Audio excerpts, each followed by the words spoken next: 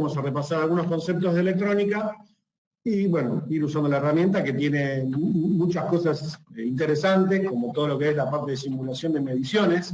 En eso nos vamos a enfocar, es decir, el poder simular un circuito y medir, y más allá de ver el funcionamiento, en el caso de la electrónica es muy importante poder medir variables.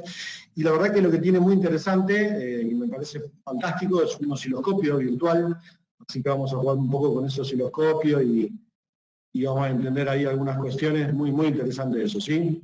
Así que vamos a esperar unos minutitos y vamos arrancando.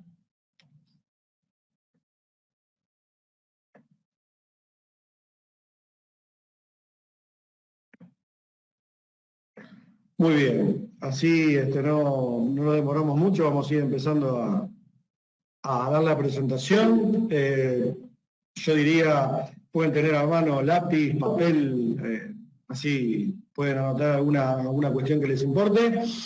Y sepan que después les llega el video, y si no, estamos en contacto, ahí en pantalla están mis datos, tanto el mail como el celular, sin ningún problema me pueden escribir. En las charlas anteriores recibí comentarios de gente de toda Latinoamérica, así que con gusto. Si a alguno le debo algo aún, le pido disculpas porque hemos recibido muchos mails, así que no hay problema, insístanme, aquello que les debo, me lo insisten y con gusto se lo voy a ir compartiendo. Vamos empezando, ¿sí? Entonces, vamos a empezar por lo básico, porque la idea es, nosotros somos una empresa de automatización industrial, y entonces todo nuestro enfoque didáctico también está volcado a lo que es precisamente la industria, ¿no? Y en la industria lo que encontramos hoy es que de la tecnología de la cual hablamos todo el tiempo, o sea, de la tecnología en la cual nos estamos metiendo cada vez más, se agrupa dentro de lo que es la mecatrónica, digamos, ¿no? La verdad que hoy ya, si yo tengo que ir a una planta industrial y ver cuál es la aplicación es mecatrónica. ¿Por qué? Porque nosotros, con lo que venimos viendo, hidráulica, neumática, la parte de actuadores eléctricos como motores, sí tenemos la parte de potencia y sí tenemos la parte que hace el trabajo final, pero en definitiva el control es electrónico. Por eso la mecatrónica involucra, ¿no?, esa palabra mecánica, electricidad, electrónica y también informática, porque como ustedes saben, si nosotros trabajamos con un variador de velocidad, con un PLC, lo que tenemos que hacer es programar, digamos, ¿no? Y si me dedico al desarrollo electrónico, también programo soluciones. Pero esas soluciones tienen la parte de programación lógica y también tienen la etapa de potencia electrónica. Imagínense que, vuelvo al caso de un variador de velocidad, si yo tengo que controlar la velocidad de un motor, evidentemente si lo controlo con electrónica, modulando la frecuencia, con lo cual ya la etapa de potencia no podría ser un contactor o un relé, porque no llegaría a conmutar a la frecuencia que yo necesito. Entonces, esa etapa también son electrónicas. Por eso decidimos para hoy, acá en conjunto con Sebastián y con mi colega Paola Romero, que es la responsable de Chile Argentina, enfocarnos en el tema de electrónica, mostrando el software, pero enfocándonos en su puntapié, porque creemos que sí es muy importante manejar conceptos básicos de electrónica para entender todo lo demás, ¿no? Más allá de las diferentes especificaciones que cada uno pueda tener para su entorno industrial. Entonces empezamos por lo más básico, ¿sí?, para definir algunas cuestiones interesantes a la hora de trabajar con electrónica. La primera es la siguiente. Todos sabemos que cuando hablamos de electricidad o de electrónica, lo que hacemos es poner en movimiento electrones. Entonces, acá podríamos pensar que esos electrones, digamos, forman parte de los átomos. Y entonces, los átomos, digamos, son los que forman todos los materiales. Yo tengo átomos en la madera, tengo átomos en el caucho, tengo átomos en el cobre, tengo átomos en el oro. Sin embargo, no todos los materiales los usamos para conducir electricidad. Bueno, vamos a explicarlo eso sencillamente y ahí nos va a dar una primera clasificación que necesitamos para poder contarles lo que sigue. ¿La idea cuál es? Estos electrones que están en los átomos, podríamos pensar, si lo pensamos como un sistema mecánico, que es como la forma más fácil de verlo, a priori, como que tienen un peso, digamos, ¿no? Como que tienen un peso propio, ¿sí? Hay átomos que van a tener electrones, que podemos pensar que esos electrones pesan miligramos, y hay otros que tienen electrones que podemos pensar que pesan toneladas. Entonces, ¿cuál es la idea? Cuando yo a los electrones les doy energía para que se empiecen a mover, aquellos que son más livianos, evidentemente, se moverían con más facilidad. Cuando damos energía, y acá hay otra de las cosas raras que tiene la electrónica, nosotros lo que sabemos es que nosotros, por ejemplo, conectamos el positivo y el negativo de una fuente de alimentación a un circuito eléctrico. Y cuando marcamos la circulación en los circuitos eléctricos, siempre marcamos la circulación como de positivo a negativo. Sin embargo, sabemos que los electrones son de carga eléctrica negativa, por lo tanto son atraídos hacia el positivo. Así que ahí empieza la primera cosa rara de la electrónica. En realidad, los electrones no van de positivo a negativo, sino que van hacia el positivo porque son atraídos por el positivo.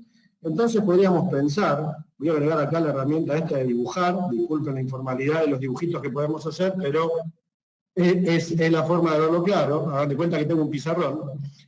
Si yo pongo el positivo y el negativo de una batería, ¿sí?, o de una fuente de alimentación, estos electrones son atraídos hacia ese positivo. Por eso el sentido de circulación real de los electrones es hacia el positivo. Muchas veces yo le digo a mis alumnos, podés pensar como que en realidad la fuente succiona, atrae a los electrones, los chupa, ¿no? También puedo pensar como que los empuja, pero en realidad es como una fuerza de succión, ¿sí? A partir de ahí, en esto que yo le decía al principio, nos surgen varias ideas. La primera es que, vuelvo a lo mismo, átomos tienen todos los materiales. Entonces, ¿qué sucede?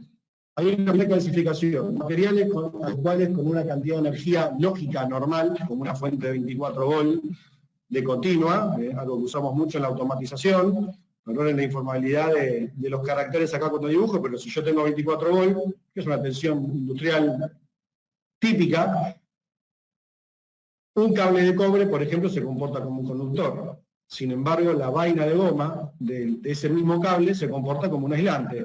Quiere decir que los átomos del aislante necesitarían muchísima más energía que esos 24 volt para poder ponerse en movimiento. Ahí estamos definiendo una corriente eléctrica. Esos electrones que se van a mover por unidad de tiempo son lo que conocemos como amperaje o corriente, ¿no? Y entonces ahí ya tenemos dos materiales: conductores, los que mueven fácilmente los electrones; los aislantes, los que necesitarían una cantidad exorbitante de energía para poder moverlo. Ahora, si yo lo pienso desde el punto de vista eléctrico, netamente eléctrico, con esos dos materiales me alcanza porque tengo el conductor de cobre y la vaina de plástico o de caucho y se acabó.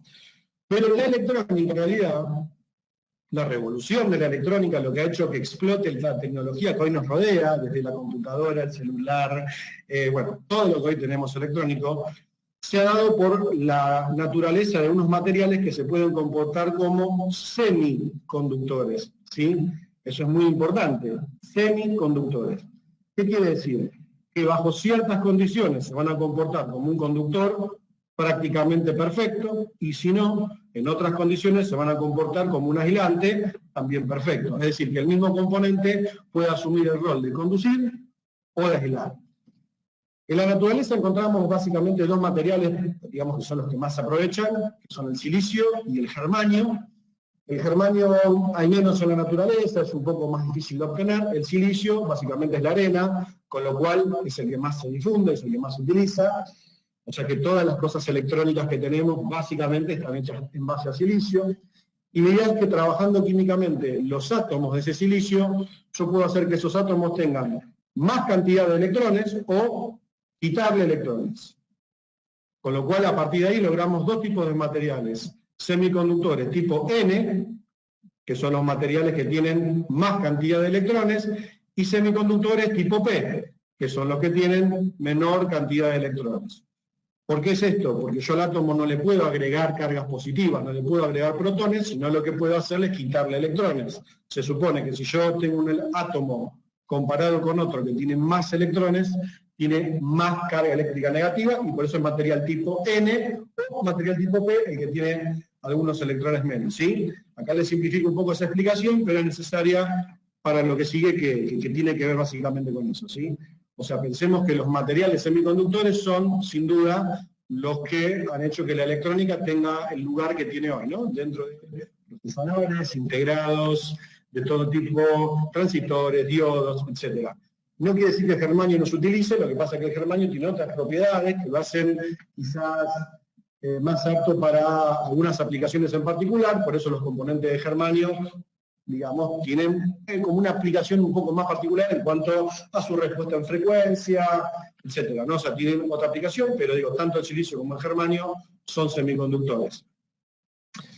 Fíjense acá, ya lo habían contado otros colegas, el colega Luis Ruiz, que había hablado sobre electricidad, pero vamos a hacer un pequeño repaso ahora para tomar la idea nuevamente. La ley fundamental por la cual podemos hacer circular electricidad es la ley de Ohm, es decir, que para que haya circulación de corriente se tienen que dar estos tres parámetros y no puede faltar ninguno de los tres.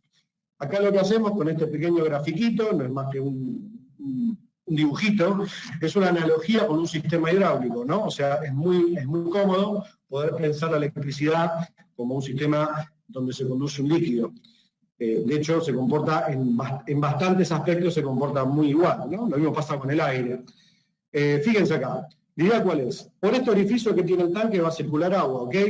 Ahora, esa agua que circula la podríamos pensar como la corriente eléctrica, o en este caso, la corriente de agua.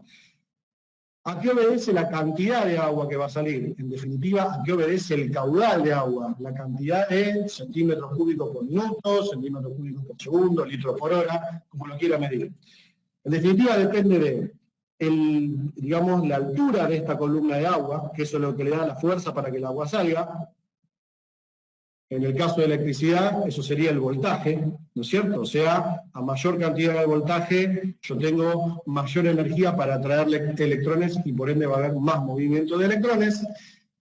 Y, digamos, ¿de qué manera yo puedo controlar esa salida de agua? Porque imagínense esto, ¿no? Yo siempre trato de explicar el mismo ejemplo. Si este tanque yo lo defondo, o sea, le saco el fondo, todo el agua se sale de golpe. Y entonces, por ende, si sale toda el agua de golpe, no tendría control. Sin embargo, si yo hago un pequeño orificio, en función del tamaño de ese orificio, voy a poder controlar cuánta agua sale.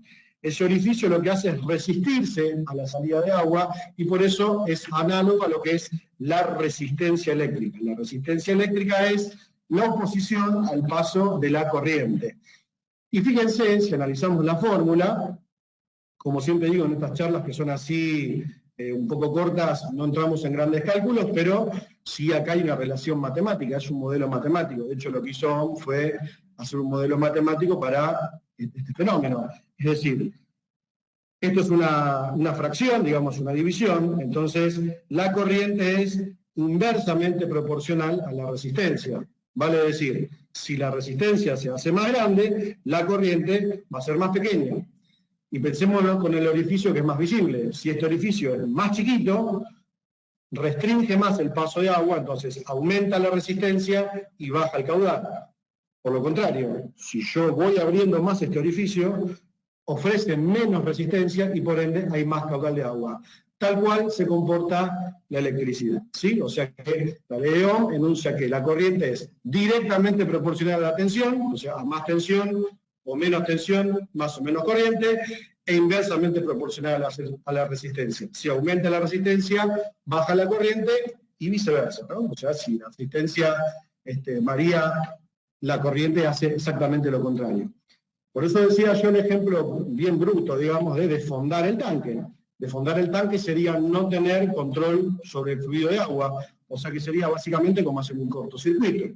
Si vos juntás, perdón que a veces hable de vos o de ustedes, eso me sale siempre igual, yo veo una sola computadora, pero si yo conecto positivo y negativo de una fuente sin un consumo en el medio, hago un cortocircuito. Sería la idea similar a desfondar este tanque y no tener control sobre la salida de agua, ¿sí? Para tener en cuenta ese concepto también. Igual si tengo fase neutra, una línea alterna, ¿no? O sea, si yo conecto entre los dos y no hay nada que consuma en el medio, hago un cortocircuito, sería como la idea de hacer que esta resistencia sea cero. Si esta resistencia es cero, este valor de corriente se va a hacer infinito y ahí está el cortocircuito, ¿sí? Un poco la idea rápida de explicarles la ley de Ohm, como para tenerla en cuenta, viendo lo que vamos a ver ahora en cuanto a componentes. Acá les pongo una imagen sencilla de lo que es un componente de resistencia, insisto, Hoy por hoy la resistencia tiene diferentes formatos. No es la idea hoy hacer una charla sobre tecnología de los componentes electrónicos, me encantaría, pero no es el objetivo. Y no es ver la resistencia como un componente funcional. Es decir, yo puedo tener la resistencia en este formato, el típico de un cilindro con rayitas.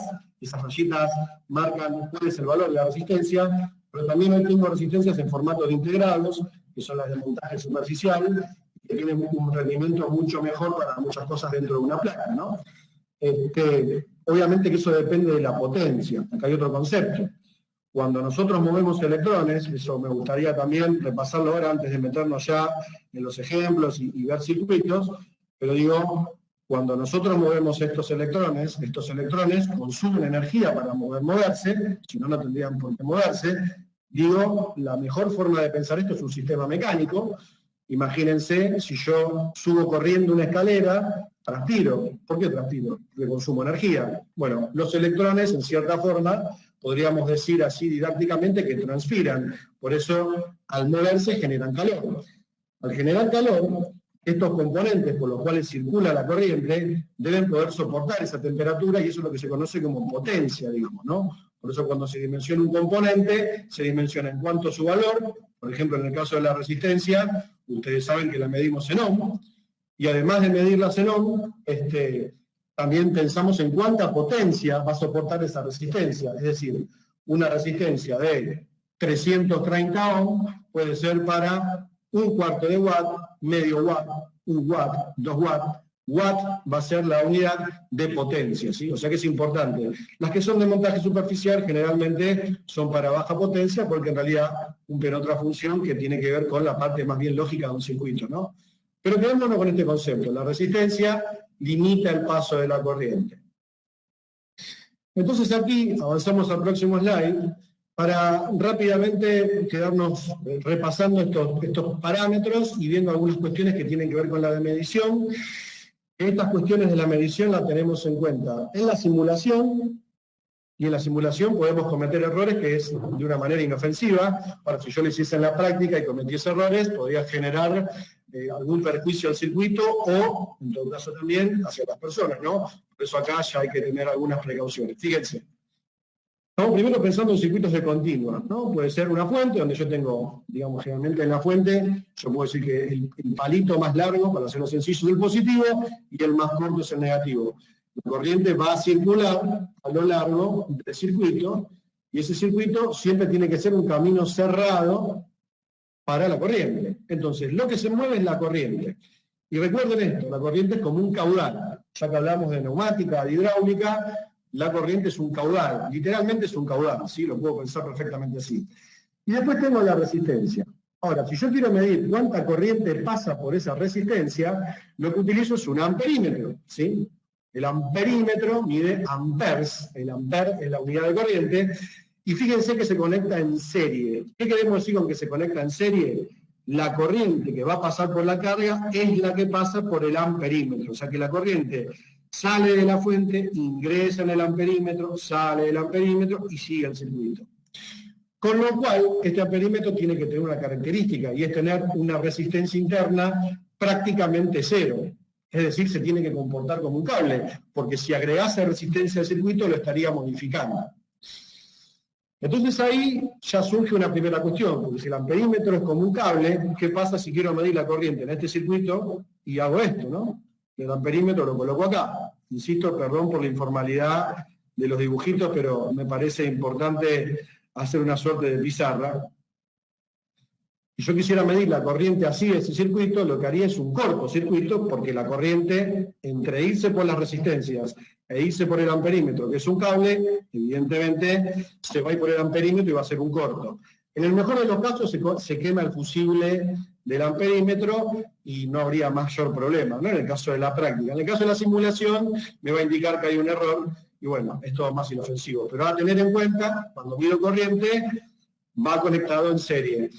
La verdad es que si tengo que medir una corriente importante, ya de 1 amper para arriba, diría varios amperes, no es conveniente interrumpir el circuito, sino que es más cómodo utilizar otro fenómeno, que es el de la pinza amperométrica, ¿no? La pinza amperométrica se basa en que por un conductor, cuando hacemos circular electrones, se genera un campo magnético. La pinza amperométrica lo que hace es medir ese campo magnético y en función de eso poder medir la corriente eléctrica. Entonces digo, de esa manera nos queda mucho más fácil para poder medir corrientes grandes y no hay que interrumpir el circuito. Es lo recomendado. También sepan que para medir dentro de plaquetas, imagínense que si yo quiero medir la corriente en una pista de una plaqueta electrónica, tendría que cortar la pista para poder medir la corriente. Existen pinzas amperométricas muy chiquititas, muy pequeñas, para poner en los terminales de un componente o sobre la pista y poder medir la corriente con el fenómeno de la pinza amperométrica, ¿sí? O sea que son mini pinzas amperométricas para mini corrientes en plaquetas. Eso para que lo tengan en cuenta, porque no me queda otra que interrumpir el circuito. Acá el otro fenómeno, y que da para explicar un montón de cosas, que voy a repasarles más adelante también, que es este. Esto es la resistencia, y lo que yo estoy midiendo es el voltaje sobre la resistencia.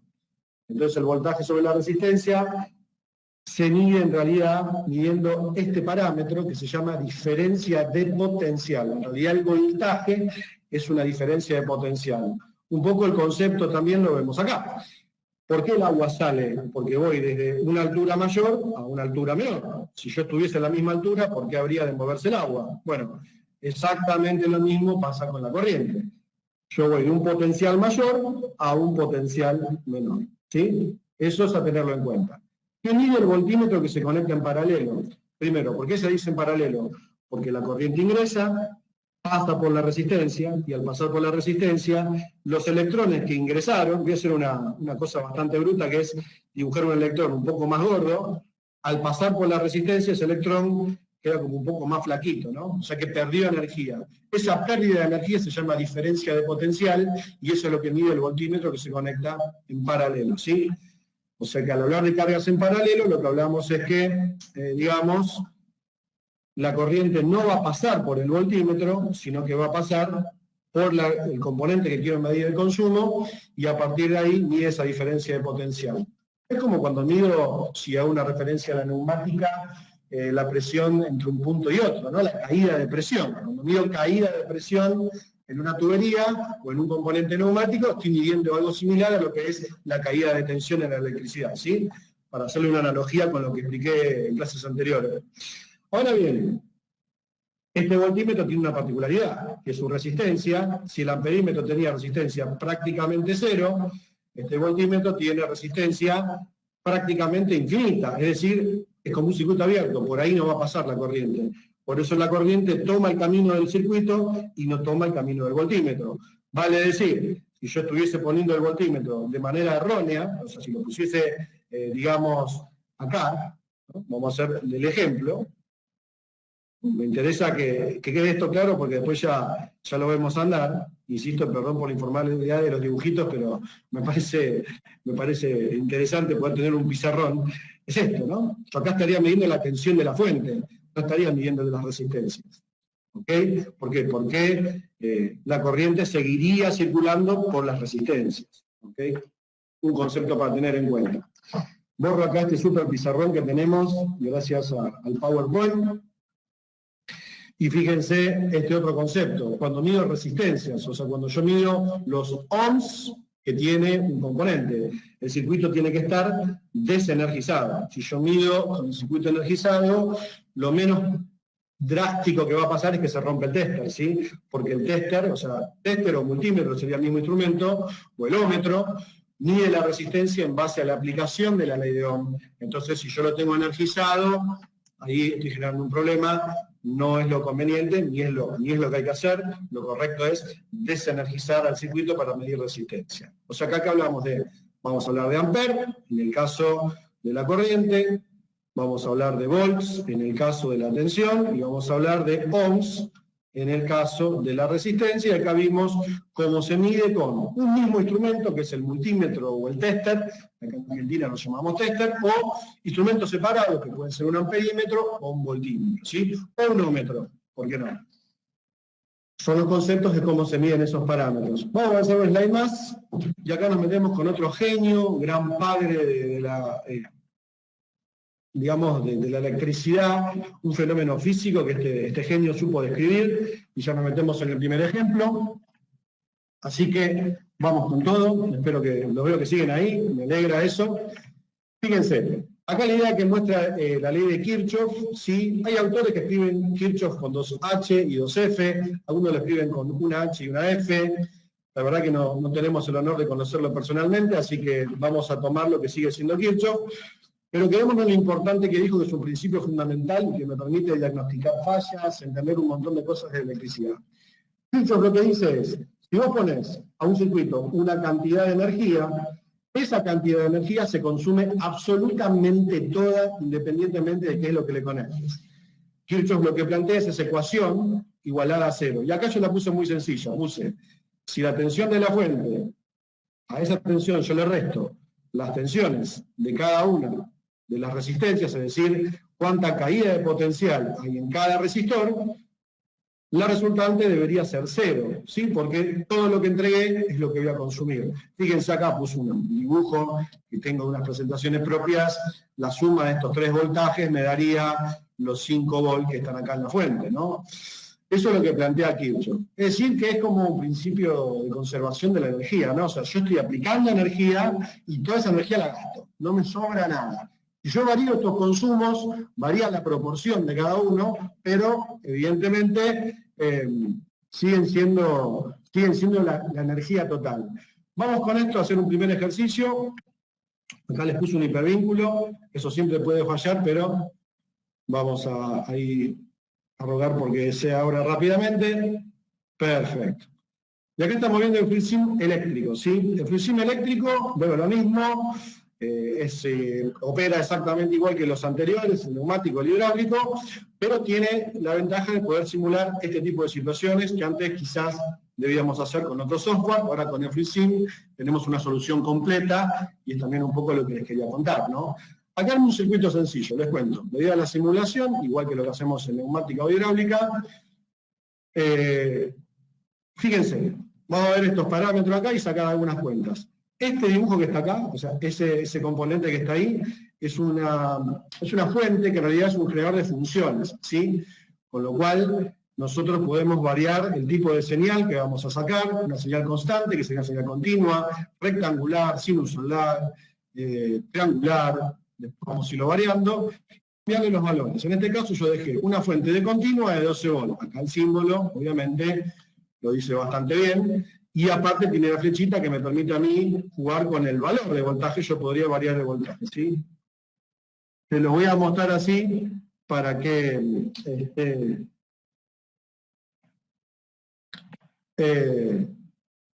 se lo voy a mostrar así para que puedan verlo andar. Fíjense acá, vamos a sacar algunas conclusiones rápidas, ¿no? Me dice, el consumo total son 23,4 miliamperes. Quiere decir que son milésimas partes de ampere. Una corriente muy pequeña, digamos, ¿no? Pero fíjense esto. Este amperímetro de acá mide esa corriente, lo vuelvo a mostrar así. ¿Okay? Hay una sola corriente en el circuito porque hay una sola malla para que recorra ese circuito. Entonces, eso mide la corriente total y es milésimas de ampere. Ahora fíjense, acá hay 3 voltajes distintos.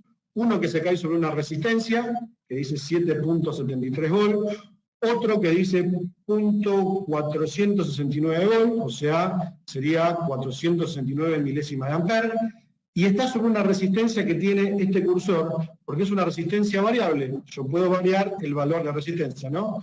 El típico componente con el cual ustedes pueden controlar, por ejemplo, el volumen en una radio analógica, digamos, ¿no? Hoy ya la verdad que lo hago de manera digital, por suerte es así. Y por último, más allá de lo que cambió ahora, les cuento, acá hay un LED, que es un diodo LED. Acuérdense de la palabra diodo, ahí nos metemos más con eso, ¿no?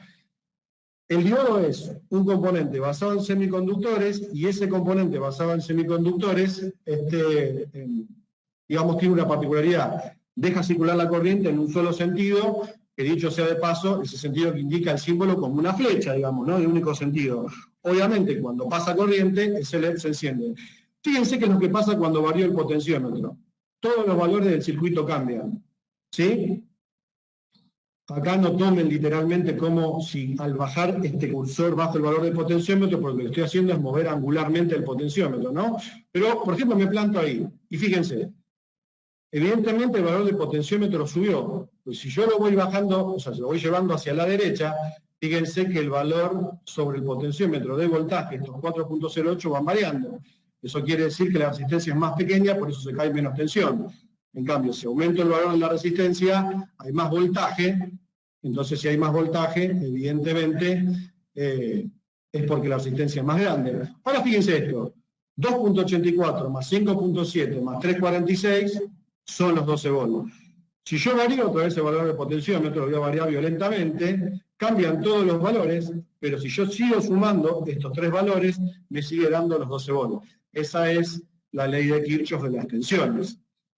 Por un lado. Por otro lado es, entre las dos resistencias, si le ofrecen un consumo total a la fuente, que es esta corriente que le está demandando. Y acá hay otro concepto importante. La fuente no entrega corriente. La fuente, es decir, la fuente no dice cuánta corriente quiere dar, sino que la fuente entrega la corriente que el circuito le pide. Acá el circuito le está pidiendo 6.51 mA. Y yo varío el consumo, evidentemente el circuito se hace más pesado y le pide más corriente. Entonces, evidentemente, ahí cambia la corriente. Entonces estamos viendo que en función de variar estos tres componentes que están en serie, la suma de los voltajes siempre me da el voltaje de la fuente y la fuente entrega la corriente que todo el circuito le pide. Un tip para, o sea, una visión que me nos puede facilitar diagnosticar una falla en la industria, porque, por ejemplo, muchas veces a nosotros nos preguntan, che, ¿sabés que en ciertos momentos el PLC se está reseteando? Bueno, puede ser que vos le hayas puesto la fuente de 24 volts de continua que necesita el PLC, pero esa fuente tenga una limitación de corriente, no sé, suponete para 8 amperes, ¿ok? Si el circuito empieza a demandar más de 8 amperes, porque a la fuente del PLC yo, en una práctica extraña, pero lo hice, le conecté muchos sensores, puede ser que por momentos, o le conecté un terminal de válvula, por momentos esos 24 volts, 8 amperes, me quedé corto. Entonces, cuando al componente le falte corriente, me genera una falla. Por eso digo, es importante entender el concepto que el circuito demanda la corriente y la fuente tiene que tener la posibilidad de poder entregarla. Si la fuente se queda corta de corriente, el circuito va a fallar, ¿sí? Ahí vimos la primera ley de Kirchhoff aplicada con todos estos componentes. Vuelvo a la presentación, pasemos ahora a la otra genialidad de este maestro, que es la ley de Kirchhoff de las corrientes, ¿sí? Kirchhoff lo que decía era similar a lo que veíamos recién con la tensión. Si la fuente entrega una corriente, que es la que el circuito le pide, cuando yo tenga componentes en paralelo, ¿sí? En este punto que se llama nodo, deberíamos pensar que la corriente se va a separar en parte por acá y en parte por acá. Entonces, ¿qué sucede? Al separarse la corriente, lo que tenemos es, digamos, dos caminos distintos y proporcional al valor de la resistencia tenemos más o menos corriente. Fíjense acá, la que está a la izquierda es una resistencia de 1K, 1000 ohms, y esta que está acá es de 470 ohms. Vamos a decir, esta sería prácticamente la mitad de esta. Fíjense que la corriente en esta, que es más grande, es más chica, que en esta que es más, o sea, digamos que en esta es mayor porque la resistencia resiste menos. Vuelve a lo mismo. La corriente es inversamente proporcional a la resistencia. A mayor resistencia, menor corriente. ¿Sí? Menor resistencia, mayor corriente. Kirchhoff lo que dice es fantástico. Si acá sale una corriente, en este dibujo a mí me quedó 37.52 milésimas de amper, a la fuente tienen que volver 37.52 mA,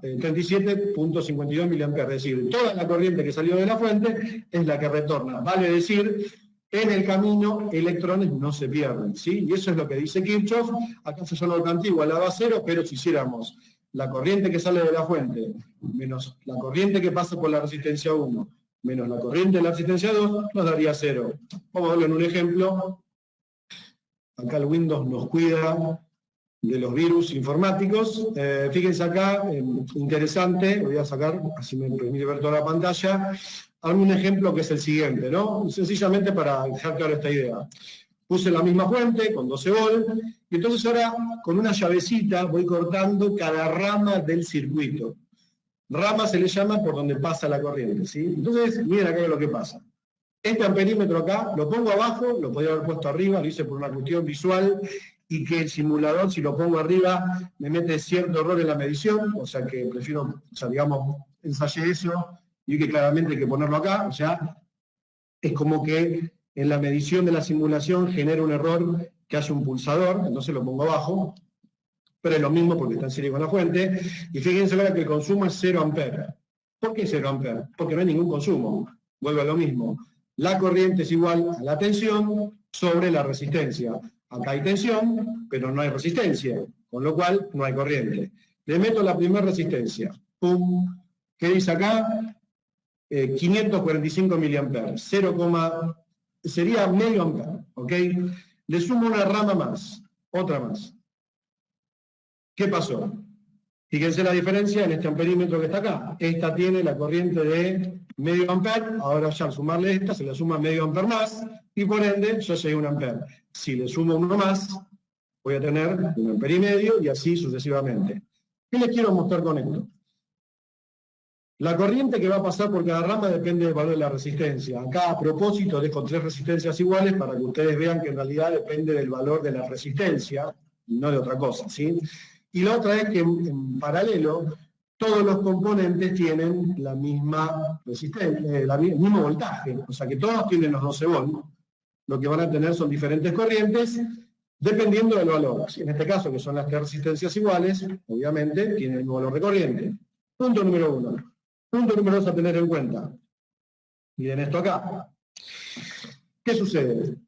Nosotros decimos, a más cantidad de resistencia, menos cantidad de corriente. Sin embargo, acá lo que estamos viendo es que yo le meto más resistencias al circuito y la corriente aumenta. Entonces, si la corriente aumenta, ¿qué pasó? Hay algo que refuta lo que estoy diciendo. En realidad es que al conectar consumos en paralelo, que fue lo que hicimos acá, en realidad esos consumos se comportan como conductancias. Acuérdense de este fenómeno, es la conductancia.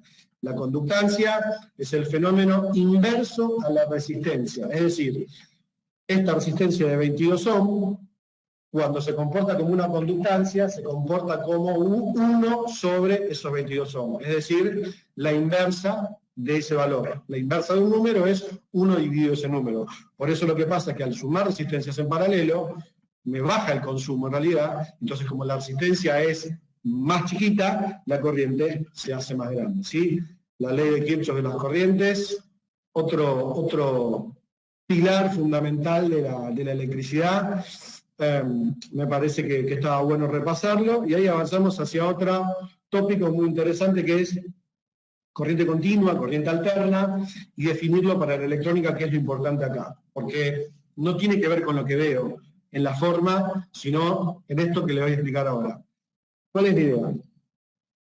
Nosotros acá lo que tenemos es un eje, digamos, de un valor en función del otro. Por ejemplo, acá mostré la corriente y acá mostré el voltaje, ¿sí? Pero sabemos que este eje, que es el eje del tiempo, o sea, mostrar un valor en función del tiempo, este eje es el 0. Entonces vale decir, lo que está por encima del eje es positivo, pero lo que está por debajo del eje es negativo, ¿sí? Conclusión. Esta corriente, que la llamo continua, va a ser siempre positiva. ¿Ok? ¿Qué pasa acá con la alterna? Más allá de que lo que estoy midiendo es un voltaje, sí, estoy mostrando eso, ¿no? Yo tengo ese voltaje positivo, eso se llama semiciclo, medio ciclo, o ese mismo voltaje negativo, el otro semiciclo. ¿Qué quiere decir que es positivo y negativo? Que lo que cambia es el sentido de circulación de la corriente, que es lo que conocemos con el nombre de polaridad. En la electrónica lo que importa es la polaridad. ¿Qué es la polaridad? La polaridad es para qué lado circula la corriente. En la continua siempre circula para el mismo lado. En la alterna, ¿qué va a pasar? En el semiciclo positivo va a circular para un lado y en el semiciclo negativo va a circular para el otro. Entonces ahí ya tenemos un temita con, digamos, los componentes. Los componentes no se comportan igual, por lo que les decía, si son semiconductores, si le encaro la corriente de izquierda a derecha o de derecha a izquierda, ¿no? Para hacerlo fácil. Otro parámetro que importa acá es la frecuencia. ¿Cuántos de estos ciclos, cuántos de estos, en este caso son sinusoides, ¿sí? Entran por segundo? La cantidad de ciclos por segundo es el parámetro que se denomina frecuencia y es lo que medimos en Hertz. por ejemplo acá en Buenos Aires tenemos una frecuencia de línea de 50 Hz, quiere decir que hay 50 ciclos por segundo. Y entonces, ahora, con esas definiciones rápidas, ¿no? Pero primer cosa no olvidarse, la polaridad. La corriente alterna, lo que cambia es la polaridad. Yo podría tener una señal continua que no tenga esta forma, que es lo que vamos a ver, y sigue siendo continua. Esta forma lo que cambia es la polaridad. Si toda esta sinusoide estuviese por debajo por arriba del eje de cero, ya pasaría a ser continua y dejaría de ser alterna, ¿sí? La alterna tiene que ver con que cruza por el cero y cambia el sentido de circulación. No los aburro más con mis explicaciones, vamos a la simulación. Acá nos vamos a divertir un poco ahora con el osciloscopio, para empezar a ver un poco eso. Fíjense, la primera cosa es que el osciloscopio básicamente es un voltímetro, por eso se conecta en paralelo. Este es el símbolo del osciloscopio, y lo que estoy haciendo es poner el osciloscopio en paralelo con la carga que quiere medir. Y acá armé un circuito como para hacer rápido esta explicación, todo en uno. Fíjense, el generador, estoy metiendo una onda cuadrada, ¿sí? Podríamos cambiar el tipo de onda. Le voy a poner ahora una onda sinusoidal, ¿sí? Entonces ahora lo podemos ver. Fíjense, acá se ve la sinusoide, no es una foto, estoy viendo esta señal, ¿sí? Acá lo que estoy viendo es la sinusoide, y el osciloscopio lo que me permite es medir esos valores. La verdad que lo que me gustó de este osciloscopio que tiene el FreeSim eléctrico realmente es que, sinceramente, se opera tal cual como se opera un osciloscopio digital, y yo tengo un osciloscopio digital en mi taller, la verdad que se opera exactamente igual. Es muy interesante desde ese punto de vista didáctico para aprender a usarlo, y sobre todo, insisto, que en este caso estoy simulando, con lo cual no tengo ni riesgo eléctrico, ni posibilidad de romper el instrumento, lo cual no es menor, porque generalmente son instrumentos costosos, ¿sí? Acá si yo conecto mal el osciloscopio, no se va a deteriorar. ¿Qué estoy viendo acá? Fíjense, vamos a jugar un poco en el osciloscopio. Primero, lo que voy a hacer es cambiarle la forma de onda para que vean. Voy a poner una onda triangular, ¿sí? Tomo un tiempito y cambia, ¿ves? Y ahí lo que vemos es una onda que es un triangulito. Otra también se llama diente de sierra, también podemos encontrar en muchas bibliografías así. Podemos tener también una onda constante, y ahí lo que veo es una línea, ¿sí? Con lo cual ahí tendríamos que cambiar algunas cosas para poder acomodar la señal. Voy a poner acá una onda rectangular, pero fíjense que esta señal sigue siendo alterna, digamos, ¿no? O sea, más allá de la forma de onda, es alterna porque esto tiene este eje vertical, donde mido el voltaje, y este eje horizontal, donde mido el tiempo, con lo cual en función del tiempo mido la frecuencia, ¿sí? Recordemos que si la frecuencia es la cantidad de ciclos por segundo, en función de la duración de cada ciclo, yo puedo medir cuántos ciclos van a entrar dentro de ese segundo. Ok, vamos a hacer un poco de lío acá, así nos divertimos un rato y vemos un par de cosas interesantes que ya hacen jugar en la electrónica. La primera es la siguiente. Lo que hay que dejar claro es que el osciloscopio no varía la forma de onda, sino que varía es como la estoy viendo, ¿sí? Sería como una regla elástica a la cual, según lo que yo quiero medir, lo acomodo para medir en diferentes medidas, ¿no? Por ejemplo, eje vertical. ¿Lo puedo cambiar la posición del eje vertical? Puedo cambiar la posición del eje vertical. Es decir, fíjense ahí, estoy subiendo la onda o bajándola, tal cual como en un osciloscopio de verdad, ¿sí? También puedo cambiar la cantidad de volts por división. Fíjense, y vamos a tratar de sacar esa cuenta, digamos, ¿no? A ver si más o menos nos da. Acá dice que el generador nos entrega 9 volts. Si yo tomo este eje como 0 y cuento una división, sería todo este cuadrado, 2 divisiones, 3 divisiones, 4 divisiones y un poco más. Un poco más, perdón. ¿Cuánto vale cada división? 2 volts. O sea que si yo sumo 2, 4, 6, 8, más un múltiplo más, me da los 9 volts que tengo ahí. Lo que yo puedo cambiar es cómo lo veo eso en función, ¿ves? Por ejemplo, si yo lo pongo ahí, no llego a ver toda la señal. Lo que hago yo con el osciloscopio es acomodar al tamaño que a mí me sirve para medirlo. Lo que tienen los osciloscopios digitales, igual que este simulado, es un autoajuste y generalmente ya te da una comodidad de señal, ¿sí? No quiero meterme en esta parte del disparo del osciloscopio porque nos podría llevar tranquilamente una hora estar explicando eso, pero la idea es mostrarles las formas de onda. Ahora fíjense qué pasa acá, así ya nos metemos con los componentes como el diodo. Miren acá. Primero, este componente es un diodo, ahí les voy a hacer un detalle más. Pero acá la corriente viene, circula, pasa por la resistencia, y en este caso esta llavecita hace que venga por el terminal 2, no pasa por el diodo y vuelve al generador, y está circulando, y es la señal que nosotros vemos. ¿Qué pasa si le pongo el diodo? ¡Pum!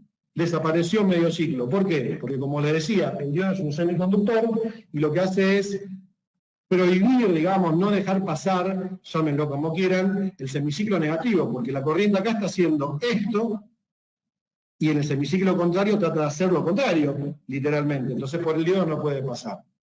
Y fíjense, lo que decía antes, independientemente de lo que yo veo, esta señal que está ahora en el osciloscopio es una señal continua. ¿Por qué? Porque es siempre positiva. Está siempre sobre el eje de cero. Vale decir, si yo hablo literalmente de la palabra continua, la verdad que no me parece continua, porque tiene saltos, tiene baches. Bueno, pero sin embargo, desde el punto de vista eléctrico, va a ser siempre por el eje, sobre el eje de cero, con lo cual es positiva, con lo cual es una señal continua. ¿Sí? Ahí un poco esa explicación. Les quiero mostrar, ahora le vamos a sacar el diodo para que vuelva a ser una señal alterna, y también que en base a esto, que es la calibración del eje horizontal, nosotros podemos desplazar la señal para poder medir la frecuencia. Vamos a hacer esto, ¿no? ¿Ves? Que si yo voy cambiando esto, no estoy modificando. Fíjense la frecuencia acá, 75.7 kHz. Vamos a poner una frecuencia un poco más cómoda de ver rápidamente sin sacar grandes cuentas. Vamos a poner, por ejemplo, 1 kHz. ¿Sí? Ahí le puse una frecuencia de 1 kHz. Fíjense qué es lo que pasa, ¿sí? El osciloscopio es como que tiene la escala muy chiquitita, o sea, cada división de estas son 0,003 milésimas de segundo. Evidentemente esa escala, para ver esta señal de 1 kHz, que es de baja frecuencia, no me sirve. Lo voy a hacer manual, y ahí le voy cambiando las divisiones, o mejor, para hacerlo más rápido, ¿ves? Ahí ves cómo se empieza a ver prácticamente toda la sinusoide, y ahí ya la empiezo a mirar. Pero vuelvo a lo mismo, veo el ciclo completo, ahí no, le sigo dando rosca. O si no le quiero dar más rosca, me divierto más rápido, hago autoajuste y el osciloscopio me ayuda y lo puedo acomodar. Y acá lo que voy a hacer es acomodar la señal a poderla medir. ¿Qué sucedió ahí? Y se los quiero explicar rápidamente. ¿Sí? No quiero detallarme mucho en esto, que da para hablar mucho. Cuando pasa eso que la señal parece que está viva, es, digamos, que se fue de sincronismo la señal. ¿Qué quiere decir? Que la señal va empezando como en puntos distintos, y entonces yo, como en un dibujito animado de Disney, voy viendo que la señal camina. Para eso está el trigger, que es el nivel de disparo, lo cual sincroniza que la señal siempre empiece en el mismo punto. Eso se debe también a los niveles de voltaje. Por eso está muy bien como está simulado este osciloscopio. Yo le voy a poner autoajuste y lo voy a hacer rápido, pero si no podríamos jugar con esta perilla, porque hay diferentes cosas para hacer con el osciloscopio. Hoy lamentablemente no nos daba el tiempo para todo, ¿no? Voy a cambiarle esto, me parece que si lo dejamos en 0.2 milisegundos puede ser un poco más cómodo, ¿sí? Para medirlo. Fíjense ahí, en lugar de medirlo ahí, espero que no se vaya ahí de sincronismo, así lo podemos ver. Fíjense, ahí. Yo lo acomodo a mano, ¿no? La señal empieza acá, todo el ciclo, pum, finaliza acá. ¿Cuántas divisiones tengo en lo que es el eje horizontal? 1 división, 2 divisiones, 3 divisiones, 4 divisiones, 5 divisiones. O sea, divisiones son cada columna. Y cada división está dividida en 5. Yo acá quiero hacer una cuenta rápida y fácil, ¿no? Ahora, ¿cuánto vale cada división? Es lo que yo calibré acá. 0.2 milésimas de segundos. O sea, si yo hago es 0.2, 0.4, 0.6, 0.8, 1 milisegundo. Si yo tengo que esta señal dura 1 milisegundo, fíjense que 1 milisegundo es una milésima parte de segundo. Quiere decir que si el ciclo dura una milésima parte de segundo, en un segundo entran 1000 de estos. Vale decir, es una frecuencia de 1 kHz. O sea que yo, midiendo el tiempo que dura el periodo, puedo calcular la frecuencia, ¿sí? Y así se utiliza el osciloscopio. Más allá que los osciloscopios digitales también directamente ya me la miden la frecuencia y me dicen mide tanto, sería la forma de verlo, ¿no? Miren, acá hago un solo detallecito más por el solo hecho un solo detalle, ¿no? Que me interesa, da mucho, la osciloscopía para mí es una de las cosas que hace que la electrónica sea tan interesante al enseñarla, ¿no? Se pueden ver muchos fenómenos, aparte de este, ¿no? del poder hacer una señal rectificada. Si yo varío acá la frecuencia, lo voy a variar ahora, acá le había puesto 1 kHz, voy a ponerle 10 kHz. Fíjense lo que pasó. Cambió. Entonces, ¿qué hago? Y bueno, la verdad que para medirlo así me queda como muy chiquito. Hago una suerte de zoom. La verdad, rápidamente aprieto autoajuste y me lo va a acomodar y ahí me quedo la señal. Y si yo lo llevo a 0, pero esto lo hago simplemente por una cuestión de visión, otra vez, digamos, estamos teniendo las 5 divisiones, pero fíjense, ahora son 0.02 milésimas de segundo, por lo cual, si yo hago 1 dividido esos 0.02 por 5, me va a dar los 10.000 Hz que veo acá, ¿sí? Les invito a sacar esas cuentas después, evidentemente da perfecto, no tiene lugar a dudas, pero para simplemente recordarles a los que no lo sabían o a los que lo sabían el tema del osciloscopio, y fíjense, yo la verdad que soy así como una enamorada del osciloscopio, tengo 2, uno analógico, otro digital en mi taller. La verdad que este osciloscopio del FluidSim me pareció fabuloso, me pareció una herramienta muy, muy representativa de la realidad. Pasamos a otro slide rápidamente, otro componente extraño, hermoso también para entender, que se analiza otra cosa, es el capacitor. El capacitor es el componente que nos permite almacenar energía de manera de campo eléctrico, vale decir, podemos pensar, estoy hablando a 317 personas, que este capacitor es como un tanque, como un volumen, un vaso de agua, al cual yo le puedo almacenar algo, y ese algo, ese volumen, en este caso es un campo eléctrico. Porque yo almaceno un campo eléctrico, ¿sí? Ahora, pensemos que si yo tengo, por ejemplo, una botella que contiene 1 litro, y yo la lleno con 1 gota por segundo, va a tardar un tiempo. Y yo lo lleno con 100 gotas por segundo, va a tardar menos tiempo. Y si yo lo lleno con 1000 gotas por segundo, va a tardar menos tiempo. Vale decir que si yo regulo la corriente que pasa por el capacitor, puedo regular cuánto tiempo tarda en cargarse. Y lo mismo que la ley de Ohm, si yo ese orificio de ese tanque lo hacía más chiquito o más grande, también regulo en cuánto tiempo se descargaba el agua. Acá voy a regular en cuánto tiempo se descarga el capacitor. No los quiero aburrir con fórmulas, digamos, pero son necesarias. Esa relación entre el valor de resistencia y de la C, esa C que aparece ahí, es la capacitancia. La capacitancia sería como, si una botella tiene 1000 centímetros cúbicos, la capacitancia sería la cantidad de faradios, que es la unidad de almacenamiento de energía en los capacitores, puede tener. A más cantidad de faradios, más cantidad de energía para acumular.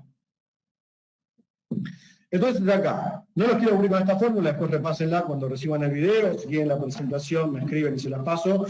Vamos a ver, acá les armé otra simulación que me divirtió bastante hacerla, me permitió en una sola cosa mostrarles varias.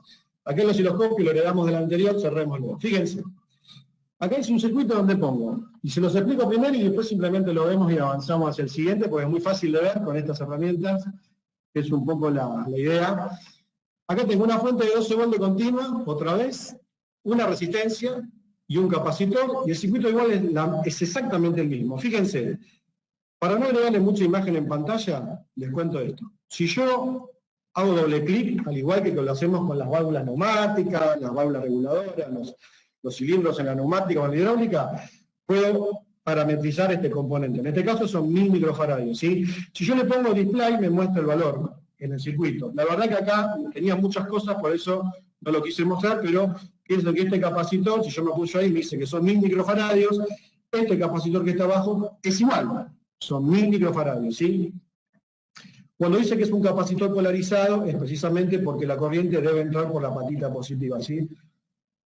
Fíjense la diferencia. La resistencia del de arriba, 10 kiloohms, la resistencia del de abajo, 100 kiloohms, o sea, 10.000 ohms contra 100.000 ohms. Yo puse una llave, va a arrancar cargando el capacitor. Lo que vemos al lado es una herramienta que nos da FluidSim, donde podemos ver cómo evoluciona, en este caso lo que yo quise medir, que es el voltaje en función del tiempo. Entonces, vamos a ver al mismo tiempo cómo se va cargando este capacitor con una resistencia de 10K, o sea, 10.000 ohms, o con una resistencia de 100K, 100.000 ohms. Vuelvo a lo mismo. Y acá hay que hacer un comentario que parece redundante o peyorativo, pero es importante. El capacitor no va a almacenar más energía que el que le da la fuente, digamos, ¿no? O sea, no hay componentes que inventen energía, eso hay que tenerlo en cuenta. Fíjense cómo evoluciona. Lo podemos ver en esta gráfica o lo podemos ver en el voltímetro. Ahí vamos. Ahí arrancó. Miren cómo va. O sea, fíjense que al mismo tiempo que este ya está por 5 volts, este recién está llegando a 1 volt. ¿Por qué? Porque esta resistencia es más grande. Podríamos decir el agujerito por el cual lo cargo o el caudal de electrones que le estoy haciendo llegar, mejor dicho, es menor. Entonces, obviamente, se llena más lentamente, ¿sí? ¿Por qué les explico esto? Porque acá lo que estamos analizando es un componente que lo que tiene son transitorios, es decir, lo que yo analizo es el estado transitorio del componente, cómo va evolucionando en el tiempo. Y entonces, con esto les quería sintetizar, digamos, todo lo que, digamos, va a ser los capacitores en los circuitos, que son muchas cosas, filtros, para que les mostrar una aplicación así, tienen que ver con el tiempo, y el capacitor no se va a comportar igual que en continua que en alterna. La otra cosa que les digo, sin entrar en mucho más detalle, es que el capacitor, conectado en continua, en la medida que se cargue, va a hacer que los electrones dejen de circular. O sea que en la medida que está aumentando la tensión, si acá pusiéramos un amperímetro, iría disminuyendo la corriente, ¿sí? Pero insisto, quedo después dispuesto a brindarles otro taller y seguirlo trabajando, pero que les quede claro que el capacitor juega en función de la frecuencia, ¿sí? O sea, juega en función del tiempo. Si le damos a la llavecita, ¿qué va a hacer este capacitor ahora? Se va a empezar a descargar. Y es lo que ven ahora, tanto en el voltímetro como en el gráfico que está al costado. Obviamente que el que se descarga por la resistencia más grande, tiene más resistencia, valga la redundancia, se descarga más lentamente, ¿no? Así que, mis queridos amigos, ahí les expliqué qué es un capacitor y cómo trabaja, digamos, ¿no? Por lo menos para tener una idea del tiempo. O sea, hay que tener, el capacitor funciona en base a la frecuencia, el tiempo, ¿sí? No quiero hacer lío acá, que tengo muchas cosas abiertas en la pantalla, vuelvo a la presentación y les paso a explicar ahora el próximo slide, que es este, que me da pie para explicarles un montón de cosas rápidamente, no tenemos mucho tiempo, podríamos estar toda la tarde con esto, pero bueno, vamos a tratar de acotarlo a unos 15, 20 minutos más. Fíjense. Acá, ¿qué vemos? Vemos un diodo, ¿sí? Acá está el dibujito del diodo, le puedo hacer un poquito de zoom, la verdad que es una foto nada más, pero ver que el diodo que tiene este aspecto, ya sabemos, dijimos que es un semiconductor, en el caso de este, cada componente electrónico, más allá de ser un diodo, un transistor, un capacitor, tiene una familia de componentes, en este caso es un diodo que se llama 1N4007. Y eso dice muchas cosas de ese diodo, ¿no? Pero la primera que les digo acá es del símbolo. O sea, cuando yo veo, voy a agarrar el lapicito, cuando yo veo, no sé si lo llegaron a apreciar ahí, quizá lo saqué antes, y seguro hay un poco de delay con la pantalla, este diodito tiene como un arito gris acá. ¿Sí? Ese arito gris indica por dónde sale la corriente. Si yo agarro, voy a agarrar este super lápiz que tenemos acá y lo comparo con el símbolo del diodo en este caso sería así. ¿Sí? Perdón por el desastre del dibujo, ¿sí? O sea que la corriente circula de esta forma, ¿ok? La bandita plateada indica hacia dónde sale la corriente. Ahora fíjense, es muy interesante poder analizar rápidamente esta curva que habla mucho de los semiconductores, ¿no? De hecho, el componente más básico hecho con semiconductores es el diodo.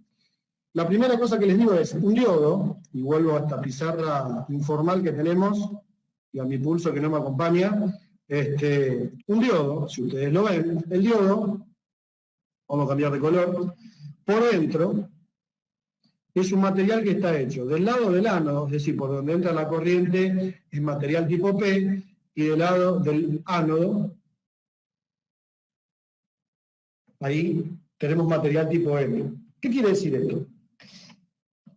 Perdón, el ánodo acá y el cátodo acá. ¿Qué quiere decir esto? Que de este lado tiene material que tiene carencia de electrones, de este lado tiene material que tiene exceso de electrones. Estos electrones que están de este lado, ¿sí? No quería inundarlos de slide, pero para pasar hacia el otro lado, atraídos por un positivo, ¿sí? Tienen que superar una barrera de potencial, que es lo que se conoce como barrera de potencial, tensión de umbral o tensión de juntura. A mí me gusta llamarlo juntura, No les voy a explicar ahora cómo es que se produce esa juntura, pero se produce esa juntura. Está más que comprobado. Y en el caso de los diodos de silicio, esa juntura se da a los 0.7 volt. Idealmente son 0.7 volt. ¿Qué quiere decir? Que hasta que este diodito no alcanza los 0.7 volt, y esto es una curva, ¿no? O sea que pueden ser un poquitín más, un poquitín, y es un poquitín literalmente de 0.7 volt, el diodo no empieza a conducir. Pero cuando empieza a conducir, mis amigos, conduce con todo, deja pasar toda la corriente. Con lo cual, el diodo no limita la cantidad de corriente, sino que lo tiene que limitar el circuito. Por eso, cuando yo compro un diodo, me dicen, ojo que este diodo aguanta una corriente máxima de tanto. Por ejemplo, en el caso del 1N4007, que es el que les nombraba, 1 ampere. O sea que si por este diodo yo logro que circule corriente, y esa corriente es mayor a 1 ampere, este diodo se quema. ¿Sí? Esto es cuando el diodo está conectado en directa. ¿Qué decimos que quiere decir que está en directa? O sea, es esta zona, y es que tiene tensión positiva de acá y tensión negativa de acá. Ahora, ¿qué pasa cuando lo conecto en inversa? Porque como vieron antes, acá, en esta zona, ¿sí? Yo lo estoy conectando de manera inversa. ¿Qué quiere decir? Que le pongo tensión positiva de acá y negativa de acá, que fue lo que vimos con la rectificación. El diodo no conduce, pero no es que no conduce nunca, o sea, no conduce hasta que llegue una tensión de ruptura, con lo cual literalmente el diodo se rompe, y el diodo obviamente no tiene reparación, digamos, ¿no? Vale decir que el otro valor que tengo que conocer del diodo es hasta qué tensión me aísla.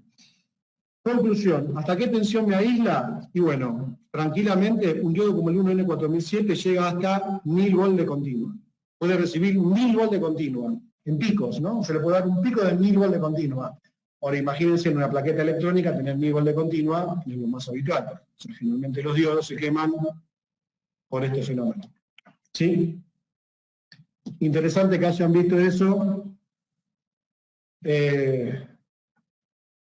Digamos, que hayan podido ver, es decir, este parámetro, porque si yo entiendo la curva característica del diodo, que se llama este dibujito, entiendo después cualquier semiconductor. Yo por eso siempre a mis alumnos les insisto mucho con entender absolutamente esta curva. Vamos a una simulación y ahí les voy a mostrar una explicación interesante del diodo, del capacitor, y el Windows nos sigue cuidando de los virus, parece una abuela diciéndonos que nos llevemos tapabocas. Fíjense, acá, este circuito, le agregué llaves por todos lados. Vamos a ver. ¿Sí? Voy a poner el osciloscopio, así lo vemos. Entonces, fíjense acá, analicemos qué es lo que está pasando. Bueno, lo mismo, esto es una foto, no es una foto, es lo que me está mostrando el osciloscopio, ¿no? Vamos a ver si realmente está funcionando, porque tengo tantas cosas abiertas que tengo miedo que algo cuelgue, pero ves que ahí ya yo puse una frecuencia de 1 kHz, y 1 kHz es el que está dando vueltas en el osciloscopio. Entonces, autoajuste, así no perdemos tiempo y ya vemos la señal, ¿sí? Miren acá, ¿qué está haciendo la corriente? Traten de seguir la manito de Filsin, espero que la estén viendo tal cual como la veo yo. Viene del generador, llega a este punto, el capacitor no puede ir porque está abierto el circuito, pasa por la resistencia, no se va por el diodo porque está abierto el circuito, pasa por acá y cierra el circuito hacia el generador. Ahí tenemos la señal tal cual sale el generador. La voy a hacer un poquito más junta, a ver si puedo lograrlo. Ahí se va a ver mejor lo que les quiero mostrar. Ahora, le pongo el diodo, o sea que esa alterna, magia, se transformó en continua. Pero vuelvo a lo mismo. Imagínate que yo digo, a ver, voy a alimentar con esta señal continua algo que necesita continua. ¿Qué pasaría? Prendería, apagaría, porque claramente acá lo que hay partes donde falta voltaje. ¿Qué hago? Utilizo un capacitor como filtro. Fíjense lo que pasa. Ahora la señal queda un poco menos continua pulsante, sino que queda ya con esos agujeritos más rellenados. Obviamente ahí, ¿qué es lo que sucede? La energía del capacitor, o sea, que se carga en el capacitor, se descarga en los semiciclos negativos y completa lo que falta entre pico y pico. Entre semiciclo y semiciclo, ¿no? Para hacerlo más claro, o más correcto, la verdad. Ahora, ¿qué pasa? Ahí lo que pasó es que como que me quedé corto de capacitor, digamos, ¿no? Por la frecuencia. Entonces lo que yo puedo hacer es jugar con este valor de capacitor y ponerle, por ejemplo, un capacitor más grande o más chico. Simplemente ahora no estoy buscando la perfección de la señal, simplemente quiero mostrarles por qué hay capacitores en las fuentes de alimentación, ¿no? Precisamente porque filtran la señal. Ahí había uno de 10 microfaradios, acá está la unidad, y fíjense qué chiquitito, ¿no? Micronésimas parte de un faradio. Le vamos a poner a 100 microfaradios y a ver qué es lo que pasa y comparamos las señales, ¿sí? No quería agregar más circuitos para comparar porque si no, no se iba a ver nada. Entonces ahora, tenemos la alterna, la hicimos continua, la filtramos. Y fíjense que queda mucho más rellena, por darle un nombre casi gastronómico. Bueno, eso quiere decir que el capacitor filtró mejor la señal. Voy a ponerlo en pausa y les hago una pequeña aclaración, así puedo avanzar, porque el tiempo es tirano en todo esto y creo que vamos a terminar al filo de la hora. Pero acá lo que vemos es que esta señal que es así, ya es una señal continua, y la verdad que esto que puede faltar acá de voltaje mucho no me molesta para una aplicación normal. Ahora, si estoy alimentando un circuito con electrónica digital, y la verdad que no sería lo recomendable, por eso esta señal va seguramente a pasar por un regulador de voltaje, y entonces ese regulador de voltaje estabiliza la señal, y ya la señal sale literalmente como un horizonte, ¿no? O sea, la cantidad de volts que yo quiera sacar, ¿sí? Por eso digo, las fuentes tienen toda una tecnología y son, diría, el corazón de cualquier tablero de automatismo, ¿no? Muy importante acá, bueno, vimos entonces, ¿qué hace el diodo? ¿Qué hace el capacitor? Todo junto en la misma aplicación, ¿sí? Avanzo con otra presentación, va, con lo que sigue acá.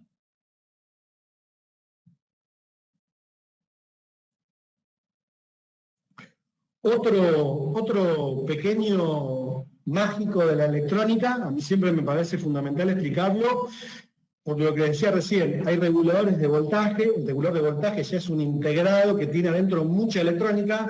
Voy al regulador de voltaje más sencillo que tenemos, que es este, que es un diodo Zener. Este símbolo de acá, a mí me gusta verlo con estas patitas un poco más largas, pero es un diodo Zener. El diodo Zener se conecta en inversa, es decir, como para que la corriente, fíjense, esto pasaría por acá. Entonces, si fuese un diodo común, no lo dejaría pasar. Sin embargo, en el caso del diodo Zener, sí. Les explico por qué. Porque el diodo Zener trabaja en esta zona. Cuando yo compro un diodo Zener, lo compro para este valor de voltaje, ¿sí? Yo quiero un diodo Zener de X cantidad de volts, que es, en definitiva, lo que va a, digamos, lo que va a regular, ¿sí? O sea que el diodo Zener se comporta como un regulador de voltaje. Miren acá qué es lo que pasa, ¿sí? Hice un ejemplo bien sencillo como para explicarles en concepto qué es lo que hace.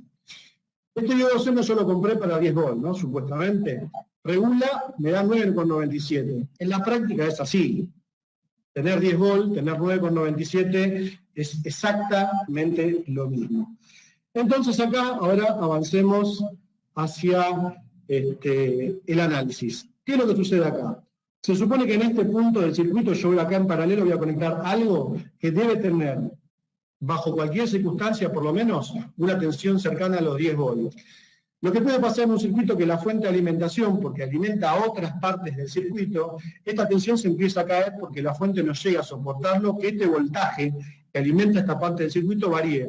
Fíjense que es lo que pasa. Y la verdad que el simulador, sinceramente, digamos, bueno, yo trabajo con electrónica verdadera, así que realmente creo que lo analicé bastante, todo se comporta muy bien, digamos. Entiendan que en la simulación, quien diseña el software, lo que diseña es en base al modelo físico-matemático de cómo se comporta el componente, y acá se comporta muy bien. Fíjense qué es lo que pasa.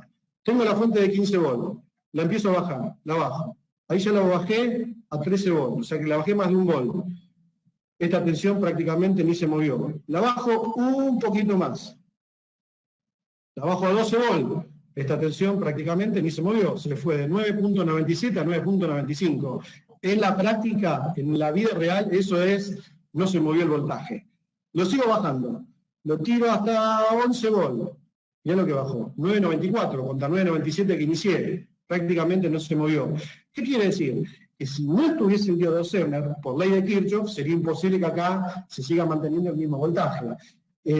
Podríamos decir que lo que hace el diodo Zener es aguantar contra viento y marea el voltaje, hasta cierto valor. Obviamente que si yo después me voy muy por debajo del valor de voltaje de regulación, el diodo Zener tiene un voltaje mínimo de regulación, evidentemente no va a poder regular. Pero mirá ahí, y en la práctica se da bastante similar. Si yo hago un diodo Zener real, ahí estoy dejando la fuente con 10.2 volts y todavía prácticamente sigue estando, ¿cuánto perdió? 0.10 de lo que tenía al principio con 5 volts más en la fuente.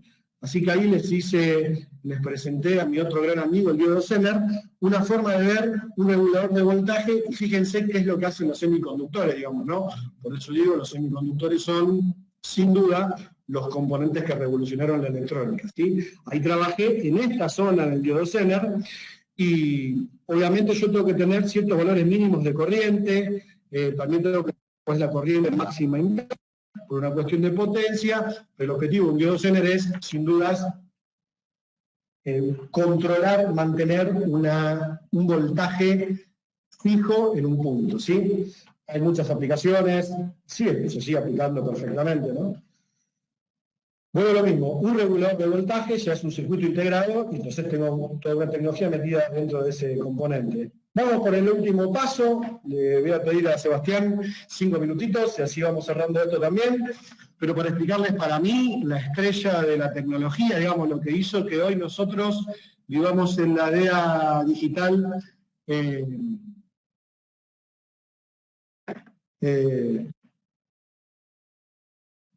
digamos, todo lo que nosotros hoy tenemos, que es el mundo digital en el que vivimos, lo debemos a esta maravilla que es el transistor.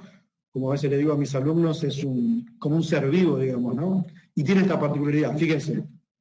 El transistor lo que tiene son 3 terminales, básicamente, ¿sí? Esos 3 terminales son, se los marco acá, voy a agarrar el láser, uno que se llama base, uno que se llama colector y otro que se llama emisor. Una aclaración que me parece importante, este es un tipo de transistores, generalmente cuando decimos transistores, a muchos se nos viene esta imagen en la cabeza, pero este es un tipo de transistor que es un transistor de juntura, es un transistor construido en base a diodos, por eso, basándose en la estructura interna del diodo que les mostraba antes, tengo material tipo P y tipo N en diferentes configuraciones, con lo cual tengo 2 transistores de juntura que son el NPN o el PNP, que lo que cambia es la polaridad. Después tengo transistores de efecto de campo, los que se conocen como FET o MOSFET, que son más para aplicaciones de potencia, yo diría, serían más aptos para eso, trabajan de otra forma. Y después tengo los últimos de la saga, que son los IGBT, que estuvieron viendo las charlas de mi colega Gonzalo Mora. Él habló de potencia, de señales PWM, en los variadores de velocidad, en los drivers, utilizamos transistores de tipo IGBT, porque son los que más potencia consumen, pueden manejar, y que además tienen la mejor respuesta en frecuencia, ¿sí? Pero este es un tipo de transistor y el de juntura es el primero que se estudia.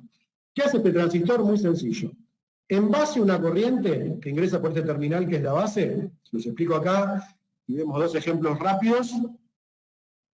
No les di ni tiempo de respirar, ¿no? Pero bueno, es un poco mi estilo de dar clase.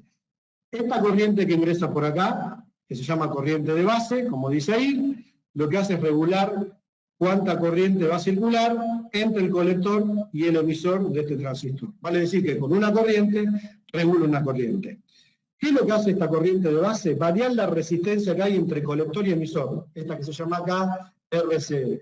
Fíjense, y lo hago con este lápiz informal que tengo acá.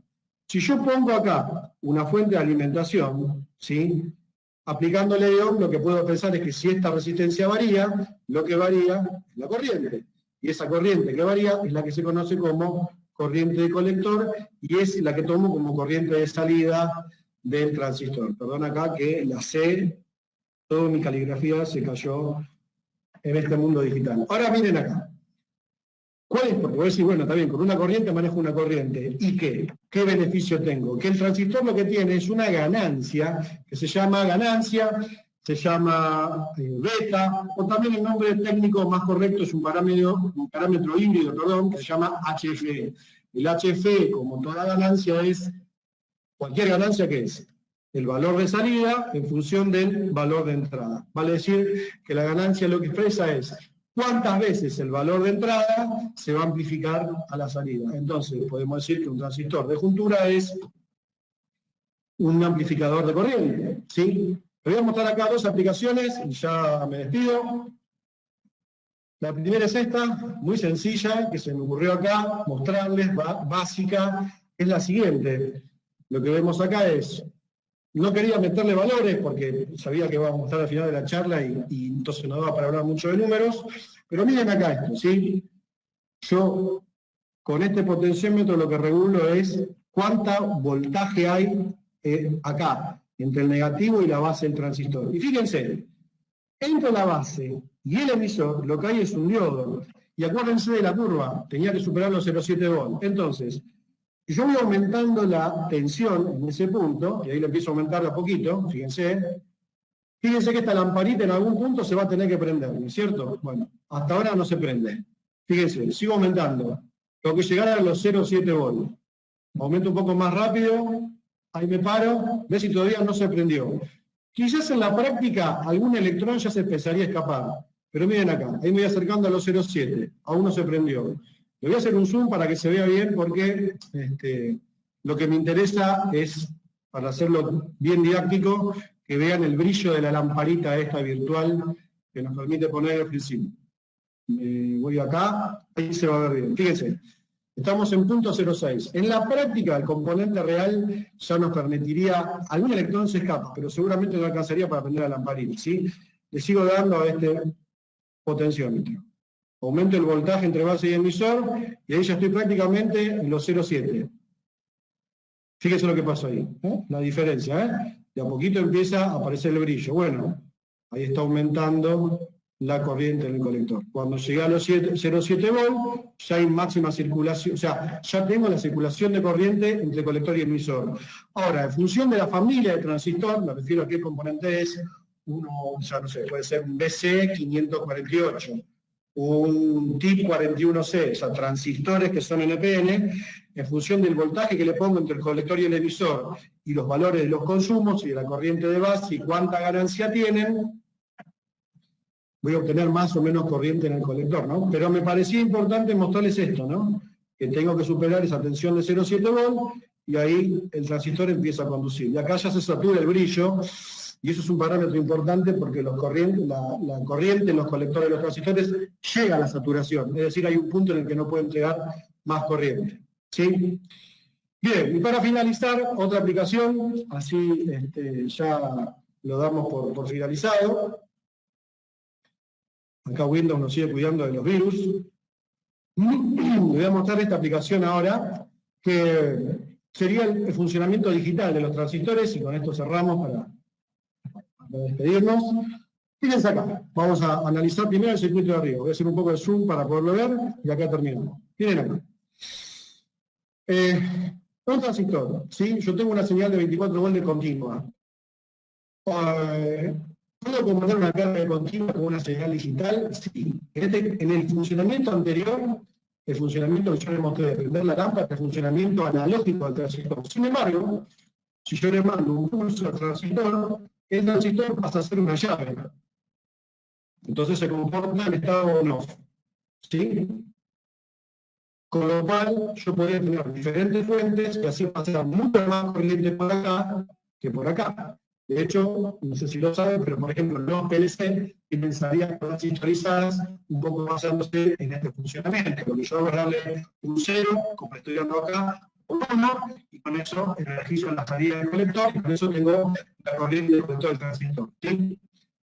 Y antes de finalizar, quería mostrarles esta otra aplicación, que la inventé acá un poco como para mostrarles algo que a mí me parece importante tener en cuenta, más si pensamos en la industria, ¿no? Sería particularmente lo que a mí me ocupa desde hace muchos años en mi vida. Fíjense, lo que yo como mostrarles lo siguiente. Porque yo digo, el transistor maneja tensiones de corrientes de continuo, ¿no? Pero yo quiero, por ejemplo, manejar con la salida de transistores de un PLC, quiero manejar, prender la bomba de un motor, y una bomba eléctrica con un motor monofásico, ¿sí? Acá yo puse un monofásico de 220 volts, y es lo que yo tengo acá en Buenos Aires, en Argentina.